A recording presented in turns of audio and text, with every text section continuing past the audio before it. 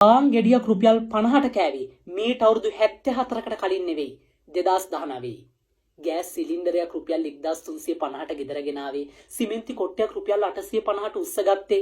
අවම බස් ගාස්තු විදිහට රුපියල් 12ක් අත තිබ්බේ.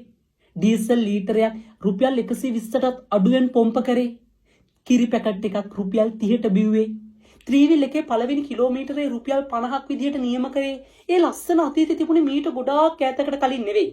2019 වෙද්දි ඒ අතීතේ එලෙසමයි. අද වෙද්දි මේ ඔක්කොම වෙනස් වෙලා. එහෙම උනේ ඇයි?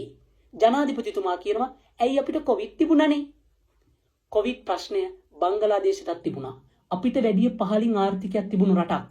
හැබැයි අද වෙනකොට බංගලාදේශෙන් ණය ගන්න තැනට අපි පත් වෙලා ඉවරයි. ප්‍රශ්නේ තියෙන්නේ කොවිඩ් වසංගතේ නෙවෙයි.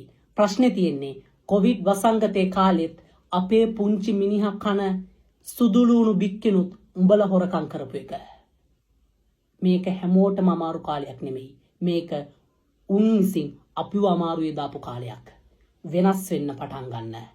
අරගලයට ජය වේවා.